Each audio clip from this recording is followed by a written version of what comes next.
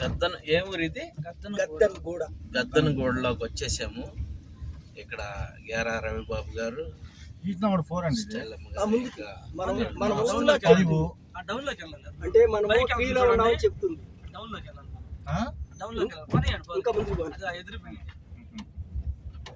కనపడేదా?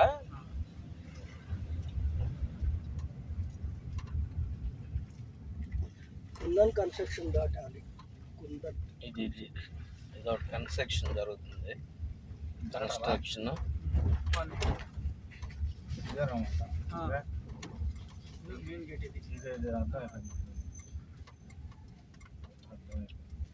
ఇది క్యాంపస్ అన్నమాట.